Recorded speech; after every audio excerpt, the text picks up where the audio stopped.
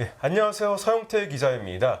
지금 인터뷰를 녹화하는 이 시간에 27일 점심인데요. 방금 전에 공정거래위원회에서 우리나라 방산업계를 뒤흔들 소식을 발표했습니다. 바로 한화가 대우조선해양을 인수하는 것을 조건부로 승인했다는 소식인데요. 이 타이밍에 맞춰가지고 우리나라 최고의 방산 전문가 중 한 분이신 우리 인터뷰이 모시고 이야기 나눠보겠습니다. 네, 안녕하세요. 네, 안녕하세요. 반갑습니다. 네, 시청자분들에게 좀 자기소개 한번 부탁드릴게요. 저는 통상 문근식 하면은 잠수함 전문가 이렇게 좀 소문이 나 있어요. 사실 저는 잠수함을 잡겠다 하고 미국 유학을 갔었어요. 예. 젊은 장교 시절에. 근데 네. 잡겠다고 갔는데 돌아와서 보니까는 잠수함을 사러 가라. 해가지고 잠수함을 타게 됐어요. 독일로. 네. 그래서 잠수함을 만드는 차원, 그다음에 운용하는 차원, 그다음에 또 그 잠수함을 타고 이제 실질적으로 사업도 하고 고루했어요. 그래서 잠수함만 경험이 축적돼 가지고 해군생활 32년 중에 22년 동안을 잠수함만 하게 됐어요. 그래서 실질적으로 제가 잠수함 사업을 하면서 방위사업청에 한 4년 정도 근무를 했어요. 방위사업청에서요? 그래서 이런 방위사업의 문제점 이런 걸 좀 많이 파악하고는 있는데, 그리고 잠수함을 오래 타다 보니까는 저녁 직전에 국방일보에서 그 경험을 한번 녹여서 글을 한번 써봐라 이런 얘기를 했었어요. 그래서 제가 문근식의 잠수함 세계라는 그 타이틀로 국방일보에 한 2년 동안 연재를 했어요. 가지고 그거를 책으로 내게 됐습니다. 그래서 이제 책으로 낸 게 이제 문근식의 잠수함 세계, 왜 핵추진 잠수함인가, 잠수함 관련해서 논문, 박사학위도 논문을 잠수함 관련 썼어요. 네, 그렇죠. 오늘 잠수함 전문가 오늘 정말 잘 모신 게 오늘 한화에 인수된 대우조선해양이요. 잠수함은 정말 세계적인 수준으로 만든다고 알려져 있거든요. 오늘 한화랑 대우조선해양의 기업 결합 어떻게 평가하시는지 좀 궁금해요. 한국의 로키드 마틴이 탄생할 것이라는 기대감이 있거든요. 잠수함도 이제 한류다 이런 정도 얘기해도 좀 지나친 용어는 아닌 것 같아요.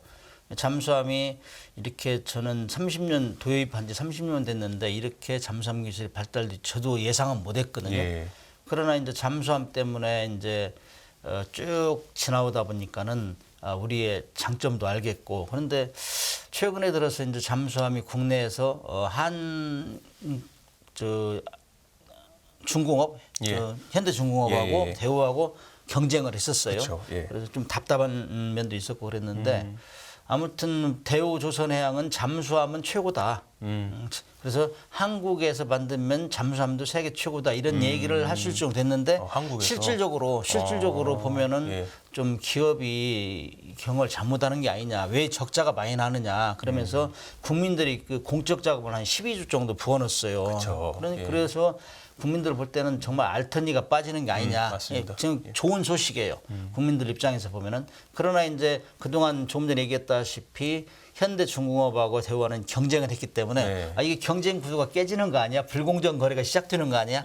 반대로 이제 얘기하는 사람도 있어요. 그러나 아무튼 긍정적인 면은 정말 많은 공적 자금을 투입했는데 그거를 살릴 수 있는 이런 기회가 왔다. 그다음에 이제는 현대하고 구 경쟁 체제를 넘어서 세계적으로 수출 경쟁 시장에 뛰어들어야 된다. 그런 생각을 해요. 조금 전에 로키드 마틴 얘기했잖아요. 그래서 어떤 사람들은 뭐 기업 결합이 안 좋은 면을 많이 얘기하는데 실질적으로 세계적인 기업들은 거의 다 인수합병을 통해서 건강하게 태어난 거예요. 로키드 마틴도 사실 1995년도에 로키드사하고 마틴사하고 결합해서 한 거예요. 다른 회사였어요? 그렇죠. 그래서 이거는 뭐 이 첨단 기술이 발전되고 세계 시장의 움직임에 따라서 인수합병은 계속 일어나는 상황이고, 그래서 뭐 이 기업에서도 적자 생존이 이제 중요한 단어가 되고 있죠.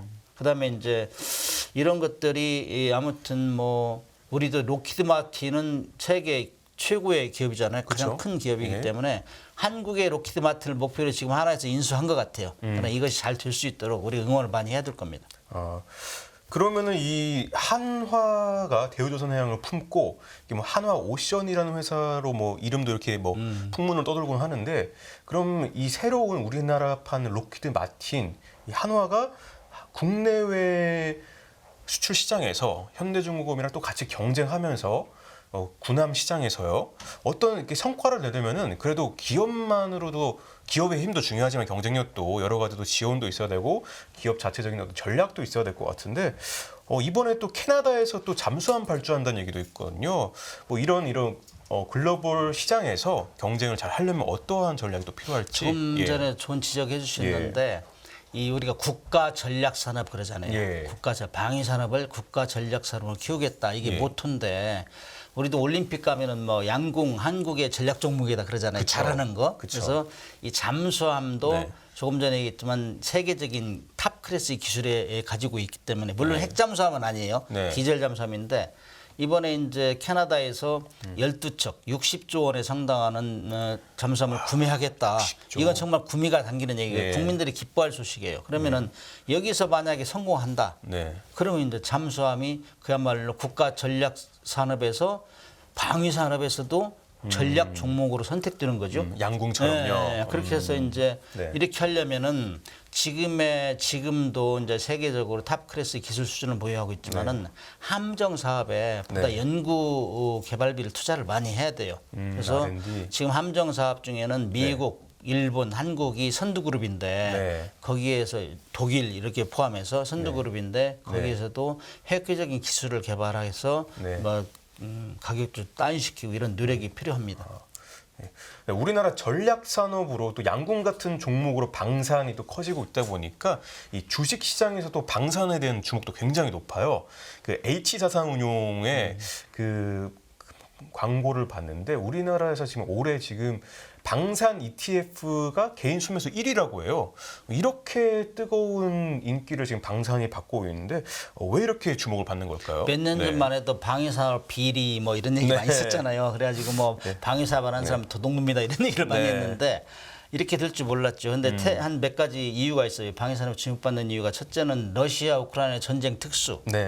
그래서 이제 EU 국가에서 국방비를 GDP 2%로 이상을 올려라 했는데 그것이 하한가. 상한가가 아니고 최소한 2% 이상 올려라.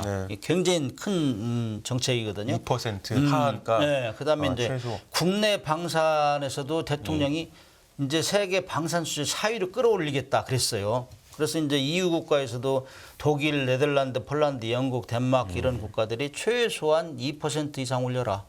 굉장히 옛날 트럼프 대통령이 유럽 가가지고 야 너희들 좀 올려 했는데 말 안 들었어요. 그런데 그랬죠.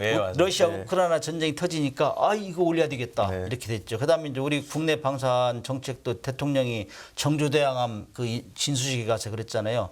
첨단 전략 사업으로 육성하겠다. 그다음 방산 수출과 성장 동력으로 이어지겠다 공언을 했고, 그다음에 이제 범정부 방산 수출 지원 체계를 마련하겠다. 그러니까 정부에서 많이 도와주겠다. 이런 약속을 한 거예요. 그다음에 이제 2027년까지 4대 방산 수출국으로 만들겠다 이런 공언을 했어요. 그러니까 이런 분위기가 확 올라온 거죠. 그래서 많은 기업들이 방산에 이제 올인을 하고 있고 국민들도 이거 괜찮은 거네. 방산이 이제 근데 우리 경제를 살리는 거 아니야? 이렇게 기대감을 가지고 있는 것이죠. 정부에서도 기대 걸고 글로벌 4강 만들겠다 하면은 또 축구가 생각나요. 우리도 2002 월드컵 4강한 것처럼 방산도 이제 4강이라는 기적을 한번 이뤘으면 좋겠는데 또 월드컵 축구물에도 쟁쟁한 경쟁 상당히 많듯이 글로벌 시장도 그럴 것 같아요. 글로벌 방산 시장 현황은 좀 어떨까요? 미국이 탑1. 탑1. 거기는 누가 따라갈 수도 없어요. 미국. 그거는 그 천주국이라고 하잖아요. 천주국이요. 그래서 생산 면에서는 세계 100대 기업 중에 미국이 41개가 들어가 있어. 따라갈 수가 없네요. 41개 들어가 있고 54%를 점유하고 있어요. 작년 기준이에요. 그다음 여기에 그럼 한국 기업은 한 4개 정도. 그래서 오늘 이번에 나타난 한화 에어로스페이스, 그다음에 카이. 카이는 알죠. 카이 항공항공. 그다음에 이제 그 LIG 넥스원, 그다음에 주한화 이 네 군데가 들어갔는데 이제 좀 더 올리자. 그런 얘기고, 그다음에 이제 수출 현황. 그럼 방위산업 생산은 그렇고 수출은 어느 정도냐? 수출도 마찬가지 5대 강국이에요. 미국, 러시아, 프랑스, 중국, 독일 이 순인데 이게 78.1%. 세계 시장을 수출 시장에 우리는 과점이네. 우리는 2.8%로 2.8%만 돼도 8강이에요. 8강 지금. 아, 그러니까 머지않아 4강에 네. 진입할 가능성이 있는 거예요. 아, 그래서 예. 과거 5년 대비해 가지고 작년 통계를 볼 때는 177%가 증가된 거예요. 수출 네. 실적이. 그러니까 한번 해볼 만하다. 음, 그래서 이제 대통령도 자신 있게 얘기하는 거죠. 네. 우리 방산 수출 4강 가자. 네. 그렇게 얘기했고, 그럼 수입은 그럼 우리가 이제 만들었으면은 수입하는 국가가 있어야 우리 팔을 거 아니에요. 그렇죠. 제일 수입을 많이 하는 국가를 잘 봐야 돼. 어느 나라가 무기를 많이 사느냐. 인도 많이 사요. 인도요. 인도는 이제 중국하고 딱 지금 경계선에 있잖아요. 그래서 인도가 많이 사고, 그다음에 사우디아라비아. 사우디아라비아는 지는 옛날에는 친미 국가로 정평이 나와 있었는데 요즘에는 막 사우디아라비아 광폭 행보에 네. 중국하고도 개주 교류를 하고 있고, 그다음에 이제 중동 국가 중에서 UAE, 카타르. 그다음에 북아프리카는 이집트. 그다음 일본은 무섭죠. 지금 무섭게 성장하는 국가가 일본입니다. 일본은 지금 뭐 인도 태평양 전략에 편승해 가지고 GDP의 2%까지 국방비를 올리겠다 선언한 나라예요. 네, 우리나라가 그 독보적인 1, 2위 국가는 수출 시장에서 못 넘어보지 못하더라도 4강은 가능성 있다고 이렇게 이야기를 해주셨는데, 근데 앞으로도 글로벌 방산 시장이 어떻게 흘러가는지 그 흐름, 그 전망을 좀 잘해야 될 것 같아요. 전략을 잘 세우려면. 그렇죠. 이런 건 잘 트렌드가 어떻게 변화하는지 이걸 봐야 되는데, 지금 전체적으로 방위산업은 러시아 우크라이나 전쟁 여파로 EU 이런 데서 굉장히 군비를 증강하고 있어요. 네. 거기다가 이제 대만 문제가 좀 부상하고 있으니까 네. 일본은 뭐 그거 핑계 대고 지금 GDP의 2%까지 국방을 증가하겠다 이런 현상이고, 그다음에 이제 그동안 아까 미국, 러시아, 프랑스 뭐 이런 순으로 이제 이 방산 수출이 강했잖아요. 예. 근데 거기서 러시아하고 중국이 2, 3위 정도 됐는데 그게 추락하고 있어요, 지금. 그건 왜 그런가요? 이번에 러시아 우크라이나 전쟁하면서 러시아하고 중국의 무기가 굉장히 저평가를 받았어요. 불발탈 발생하고 예. 잘 못 맞히고. 러시아 중국 무기가요? 그다음 옛날 뭐 네. 구식 무기다. 네. 저걸 현대 전쟁에 쓰는 것도 네. 창피하다. 이런 얘기를 들 정도로 했고. 그다음에 이제 아무튼 뭐 러시아 우크라이나 전쟁이 계속 장기화되니까 네. 폴란드도 겁나잖아요. 그래서 그쵸. 폴란드를 중심으로 한 유럽 동구권에서 우리도 방위사업 키워야 된다. 국방을 키워야 된다. 이런 현상. 그다음에 조금 전에 얘기했지만 일본은 이 남사군도에서 중국하고 미국하고 굉장히 팽팽하게 대치하고 있으니까 우리도 이제 키워가지고 미국하고 해서 중국 견제하겠다. 이런 분위기, 이런 것 때문에 굉장히 지금 이런 분위기가 심화되고 있어요. 그래서 각국이 잠수함 수출 역량을 강화하고 있는 단계다. 이렇게 평가하면 됩니다. 그럼 각국이 이렇게 강화를 하고 있는데, 그럼 우리나라는 좀 정확하게 객관적으로 글로벌 시장에서 어느 정도 수준인지 좀 궁금해지는데요. 지금 우리나라도 꾸준하게 국방비를 증가하고 있는 상황이에요. 네. 작년 대비 올해도 4.6%를 올렸어요. 그다음에 이제 22년은 역대 최다 방산 수출 실적을 기록했어요. 예. 원래 작년에 150억 불했는데 173억 불을 달성했어요. 깜짝 놀란 거지. 21조를 달성했다는 거는 역사적으로 대단한 예. 방위산업이 엄청 도약했다는 증거고요. 그다음에 K9 많이 들어봤죠. K9 자주포. 그다음에 뭐 K2 전차. 그다음에 이런 것들은 전 세계 시장에서 한국 K9 뭐 자주포는 정말 가성비가 가장 뛰어나. 이런 얘기가 나오는 거란 말이죠. 그래서 이런 상황에서 우리가 작년에 173억 불을 달성했고 올해 걸 보면은 계산하기가 힘들어요. 계산하기가. 이것만 다 되면은 작년은 훨씬 2배 정도 뛰어넘을 수 있어요. 왜냐하면 작년 기술 바탕으로 해가지고 뭐 호주의 레드백 장갑차라든지 FA-50 경공격기, 그다음에 K2 전차 이런 것들이 계속 지금 희소식이 오고 있어요. 네. 어제도 보니까는 폴란드의 수출에 의해서 루마니아? 루마니아에서도 뭐 K2 전차를 산다, 뭐 K9 자주포를 사겠다 이런 주문들이 계속 오는 걸 알고 있어요. 이런 걸 다 합치면은 작년에 깜짝 놀랐는데 또 다른 실적이 올 수 있다.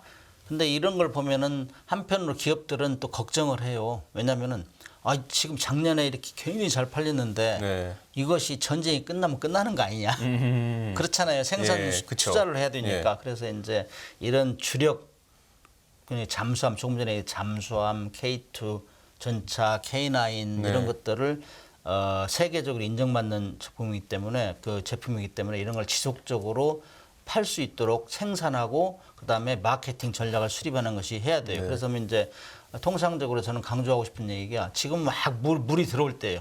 물 들어올 때 노저라 네. 하잖아요. 그러면 이건 기업들이 할 일이고 정부는 물이 빠질 때 어떻게 할 것인지 이걸 대비해 준다. 그래서 정부가 수출을 할 수 있는 환경을 만들어주고 경쟁에 같이 참여해서 도와주고 이렇게 해야 이제 방위 산업이 살아난다. 그래서 이제 개선을 여러 가지를 해야죠.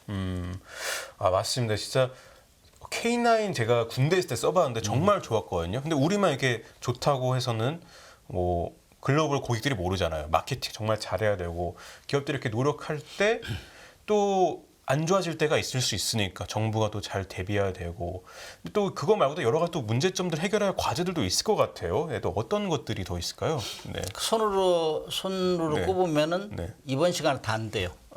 그래서 이제 예. 수박 거달기로 네. 제목만 이렇게 하면서 간단하게 하면은 여러 가지가 있는데 첫째로 방산 컨트롤 타워를 강화해야 된다. 예. 청와대가 어제 회의하더라고요. 범부처 어제요? 협의체 어제 네. 했어요. 그다음에 시장 특성별로 전문화 계열화 전문 용어인데 전문화 계열화 제도를 현실에 맞게 거쳐야 된다. 맞춤형 수출 전략을 수립해야 된다. 그다음에 중고 무기 수출을 장려해야 된다.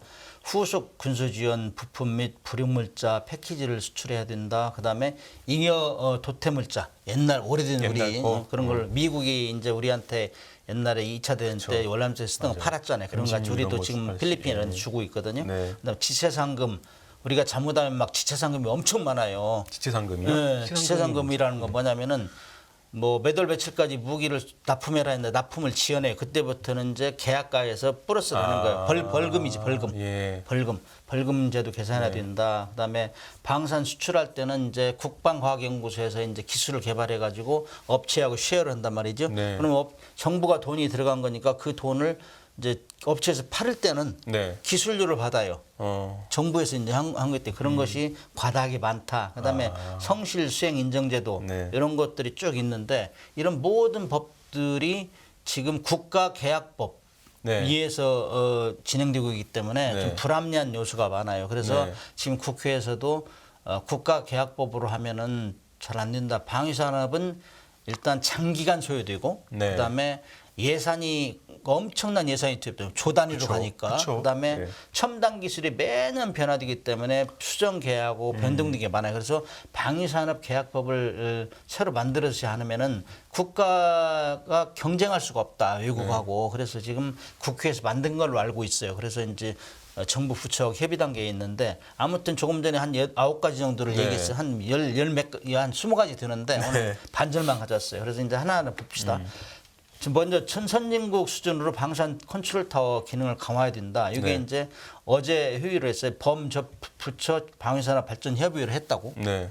그래서 이런 걸 해야 되고 대표적인 사례가 이제 또 트럼프 대통령이 일본의 가가함을 방문했었잖아요. 18년에. 그렇죠. 맞아요. 그때 F-35를 팔았단 말이죠. 네. 그래서 막 총력전을 해야 된다 이거. 그래서 지금 이런 업무 정보를 해외에 나가 있는 무관들이 많이 해줘요. 무관이요? 무관. 근데 무관이 너무 무관. 예. 바쁜 거예요. 혼자 다 하려. 왜냐하면 이 글로벌화되니까 굉장히 정보도 많이 소요. 그래서 주요 국가에는 무관 플러스에서 방산 협력관 이런 걸 파견해야 된다. 이런 얘기를 할 수 있고 두 번째는 시장 특성별로 전문화 계열화 이걸 조정해야 된다. 전문화 계열화라는 건 예를 들면은 네. 현대나 대우조선해가 전문화 기업이에요. 전문화. 또는 그렇죠. 함정을 잠수함을 만들어 그랬어. 잠수함. 네. 잠수함 혼자 만들 수 없잖아요. 네.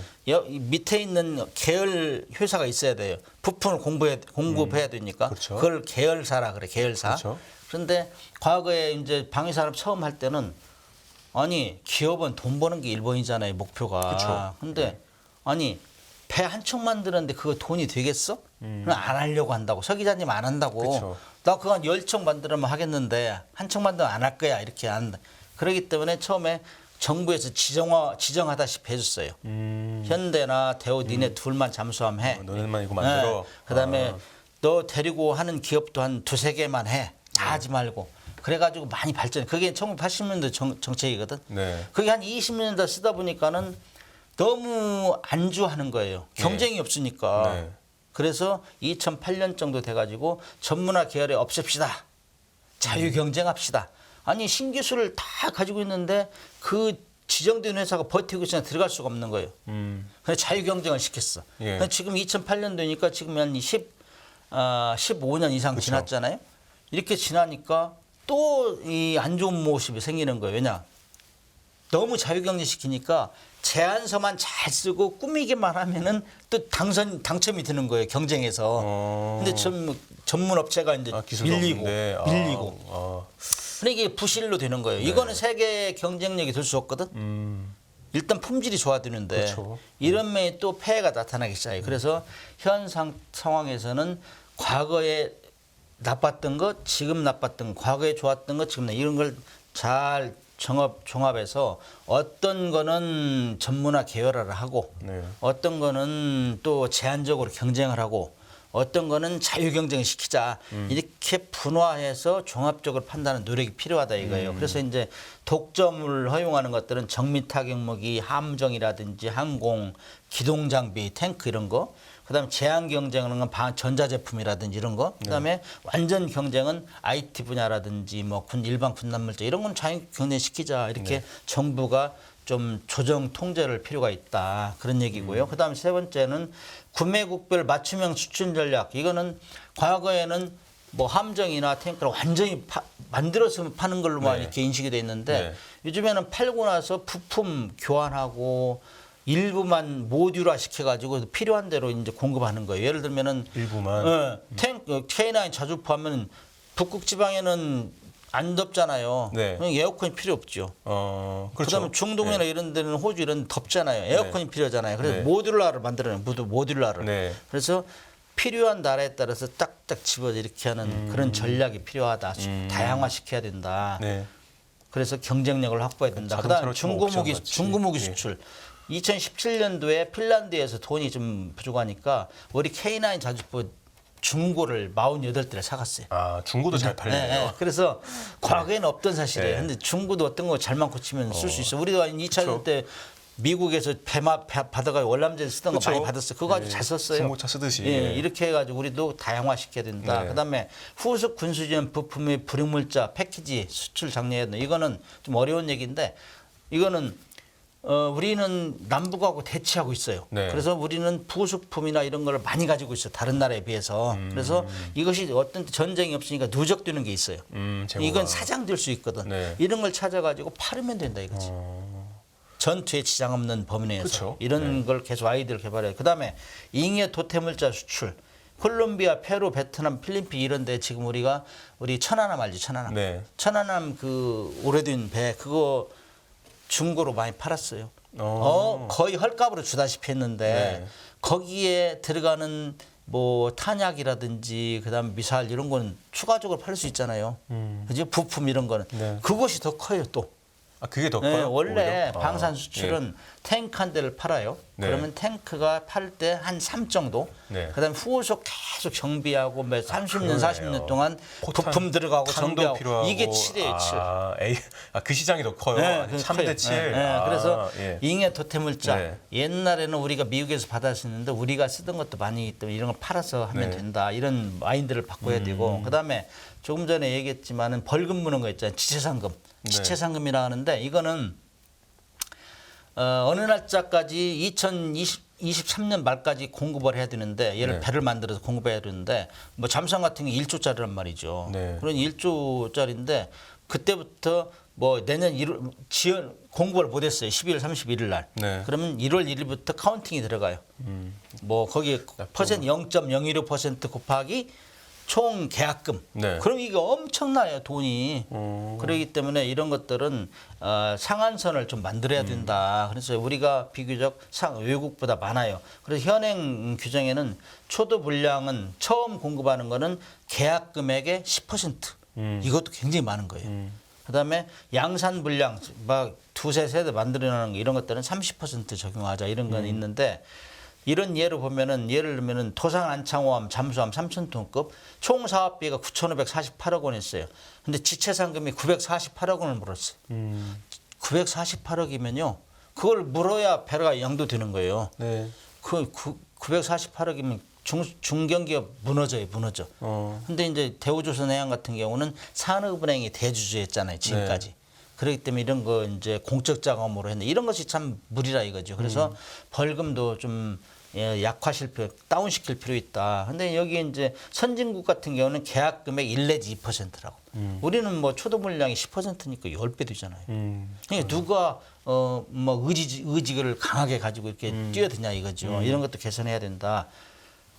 그다음에 이제 방산 수출 지원을 위해서 수출할 때 기술 지원료라고 해서 기술료. 네. 예를 들어 가지고 국방과학연구소 탱크를 개발하는 데 돈을 들였어요. 네. 근데 그거를 현대 로템이나 이런 데서 만들어 가지고 팔아요. 네. 그러면 국방과학연구소가 돈을 받아요. 기술료. 그래서 국내에서 방사물질 생각 수출하는 경우에 그 계약금의 1%를 내게 돼 있어요. 국방과학연구소. 그 정부한테 내게 돼 있죠. 예, 정부에. 네, 그다음에 해외에서 생산해서 하는 경우는 2%를 지불하게 돼 있고 정부에.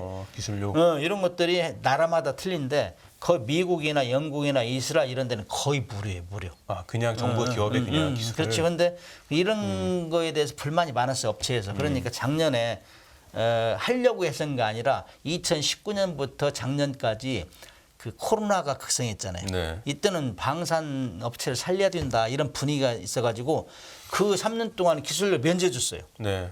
면제해 주는 기간에 또 우크라이나 전쟁이 터지니까 수출이 많이 됐잖아요. 네. 그러니까 막 시너지 효과가 해가지고 수출이 많이 된 거죠. 아, 근데 그게 이제 면제가 됐으니까. 그러니까 그 규정은 우리가 만든 건데 작년에 이제 그렇게 하다 끝났잖아요. 이제 네. 그러니까 작년 말에 그러면 원복해서 다시 뭐 그 퍼센티지를 올려야 된다 이런 얘기가 있었어요. 그래가지고 업체에서 아니 우리가 이 어려울 때는 정부에서 그렇게 해도 돼 3년 동안 해서 뭐 좋은 성과가 났는데 네. 왜 또 컴백하냐 과거의 룰로 그래가지고 막 강의를 하니까 그러면은 올해하고 내년까지는 50% 그러니까 1% 내는 게 0.5%만 내라 이렇게 좀 수정을 했어요. 아무튼 이런 것도 선진국 수준을 따라가자. 왜냐하면은 그쵸. 대통령이 지금 국가 전략 산업을 키우는데 그쵸. 네. 결국에는 국가 전략 사업이 성공하면 국민들이 먹거리 창출하는 거고. 맞습니다. 근데 우리가 서 기자님도 돈 많이 냈어요. 세금 낸 거 다 지금 공적 자금 투입되고 방산 수출 연구개발 들어가는 거예요. 그렇기 때문에 이런 것들 다 피드백을 시켜준다 이거예요.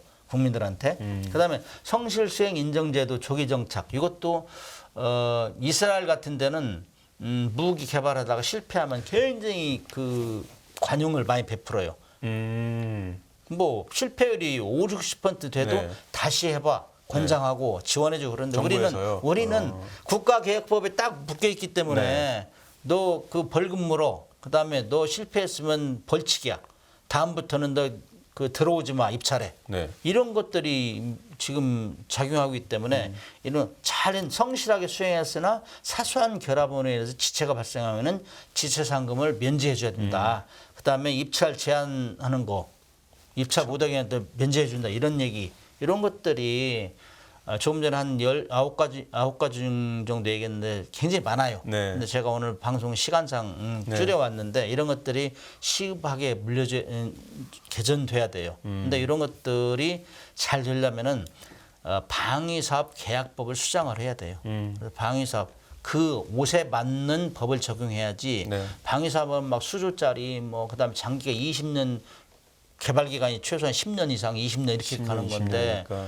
그다음에 막 첨단 기술이 엄청나게 발전되기 때문에 진화적으로 적용을 해야 돼. 이런 것들을 하려면은 국가 계약법 가지고는 안 된다. 나무 가지고 지금 믿고 지금 행동을 하는 거거든요. 네. 이런 것들을 오늘 뭐 경제 TV를 통해서 제가 이제 약간 설명을 했지만은 네. 또 많이 있어요. 이런 것들을 개선해 주면서 우리 수출 잘합시다. 전략 사업을 키웁시다. 이런 얘기가 합당한 거지. 이런 것도 고려 안 하고 한다는 거는 그냥 말로만 하는 거죠. 그렇구나. 이해가 되십니까? 예. 저는 오늘 진짜 약간 국회에서 이런 이야기를 들어야 되는데, 예. 제가 이게 투자자분들도 우리 국민들에게 또 이런 이야기도 들려드렸으니까 또 여론도 또 조성이 되고 할 것 같습니다. 네. 오늘 너무 방위산업에 대해서 귀한 말씀 나눠주신 이제 문근식 교수님 너무 감사드리고 시청자분들하고도 여기서 인사드리겠습니다. 예, 감사합니다. 네, 감사합니다.